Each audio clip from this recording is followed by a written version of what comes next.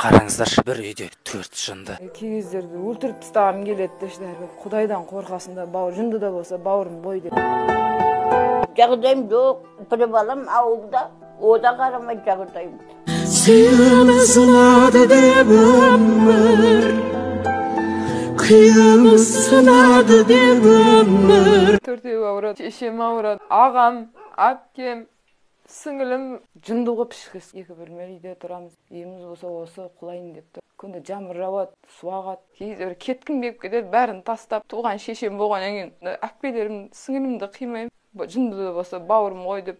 Көп адамдар айтты, жастық өмірің кетті ғой, осылармен қиналып та кетіп, өмір сүргім де келмей кетеді.